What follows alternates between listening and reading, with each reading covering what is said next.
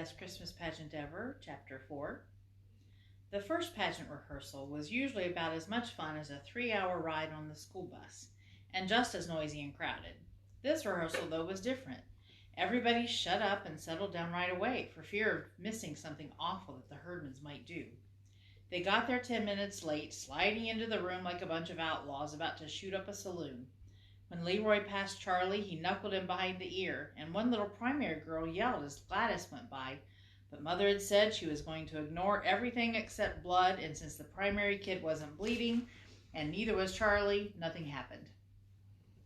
Mother said, "And here's the Herdman family. We're glad to see you all," which was probably the biggest lie ever said right out loud in the church. Imogene smiled, the Herdman smile, we called it, sly and sneaky. And there they sat, the closest thing to criminals that we knew about, and they were going to represent the best and most beautiful. No wonder everybody was so worked up. Mother started to separate everyone into angels and shepherds and guests at the inn, but right away she ran into trouble.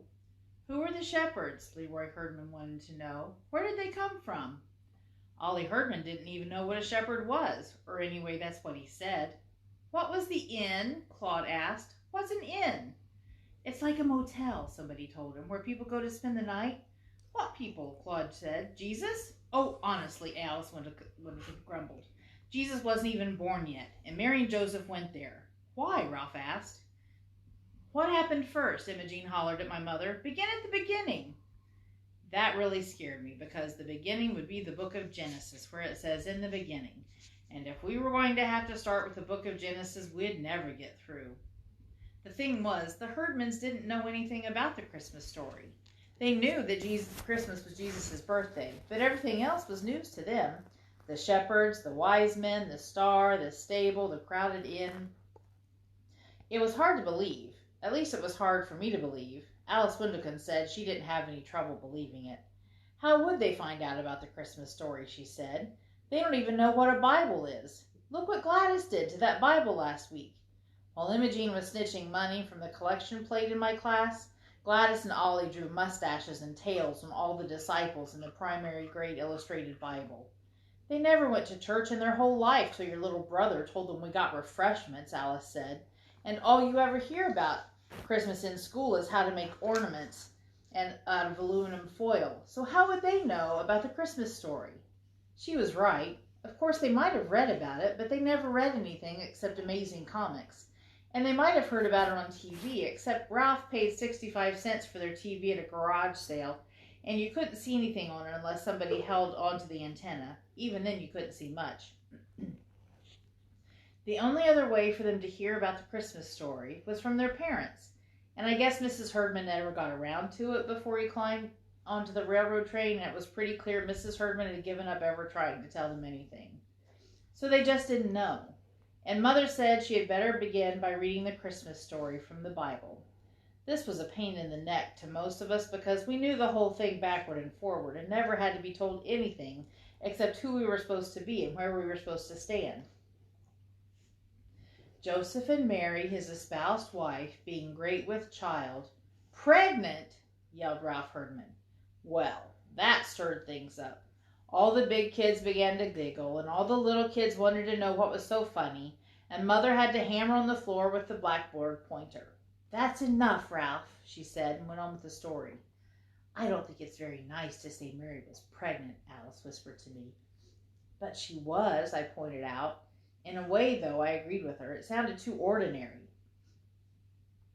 Anybody could be pregnant. Great with child sounded better for Mary. I'm not supposed to talk about people being pregnant. Alice folded her hands in her lap and pinched her lips together. I'd better tell my mother. Tell her what? That your mother's talking about things like that in church. My mother might not want me to be here. I was pretty sure she would do it. She wanted to be Mary, and she was mad at my mother. I knew, too, that she would make it sound worse than it was, and Mrs. Windleton would get madder than she already was. Mrs. Windleton didn't even want cats to have kittens or birds to lay eggs, and she wouldn't let Alice play with anybody who had 2 rabbits. But there wasn't much I could do about it, except pinch Alice, which I did. She yelped, and Mother separated us and made me sit beside Imogene Herdman, and sent Alice to sit in the middle of the baby angels. I wasn't crazy to sit next to Imogene. After all, I had spent my whole life staying away from Imogene, but she didn't even notice me. Not much, anyway. Shut up, was all she said. I went to hear her. I couldn't believe it. Among other things, the Herdmans were famous for never sitting still and never paying attention to anyone.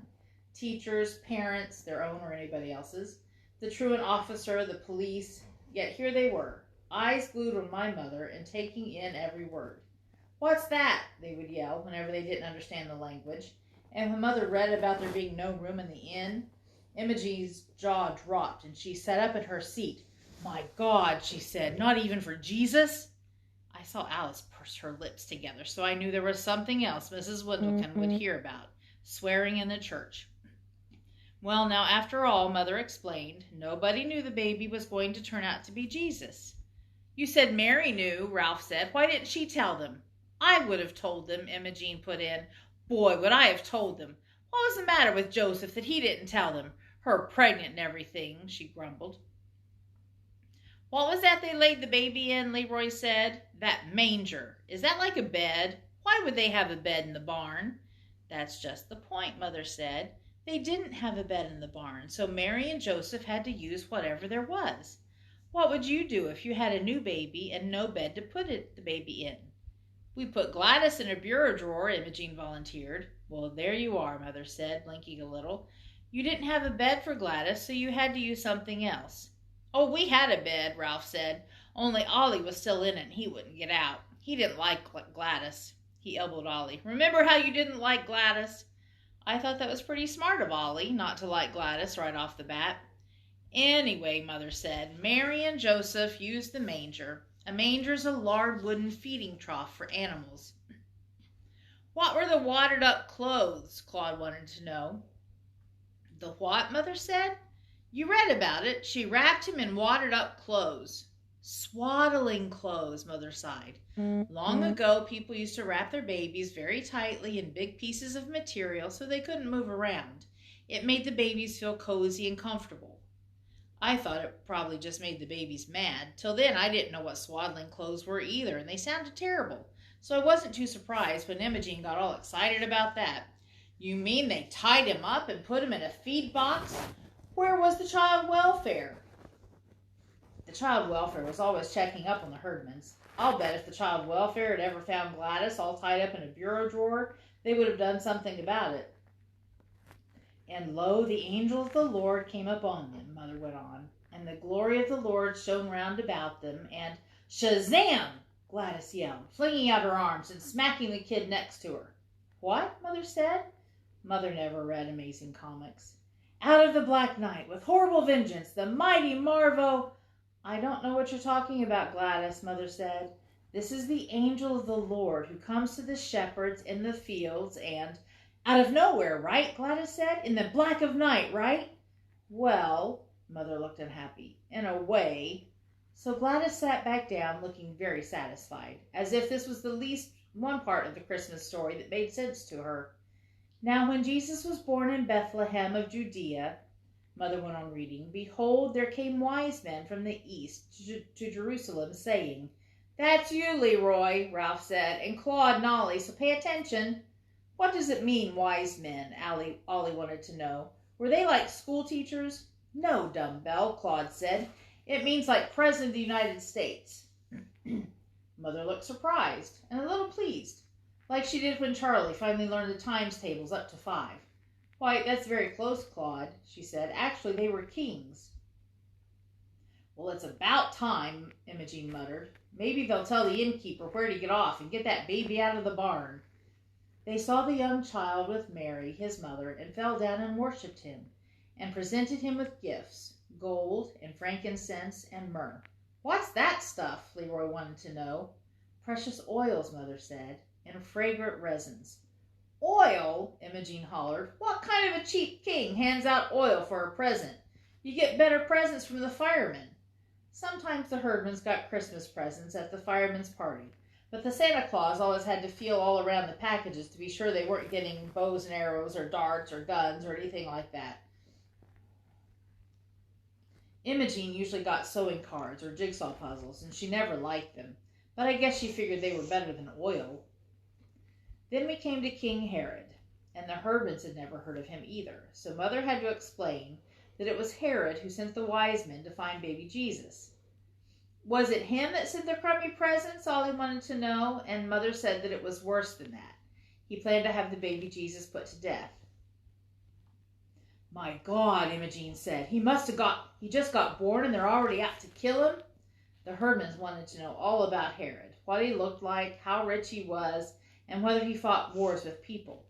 He must have been the main king, Claude said, if he could make the other three do what he wanted them to do. If I was king, Leroy said, I wouldn't let some other king push me around. You couldn't help it if he was the main king. I'd go be king somewhere else. They were really interested in Herod, and I figured they liked him. He was so mean, he could have been their ancestor, Herod Herdman. But I was wrong. Who's going to play Herod in this play? Leroy said. We don't show Herod in our pageant, Mother said, and they all got mad. They wanted somebody to be Herod so they could beat up on him. I couldn't understand the herdmans. You would have thought the Christmas story came right out of the FBI files. They got so involved in it, wanted a bloody end to Herod, worried about Mary having her baby in a barn, and called the wise men a bunch of dirty spies.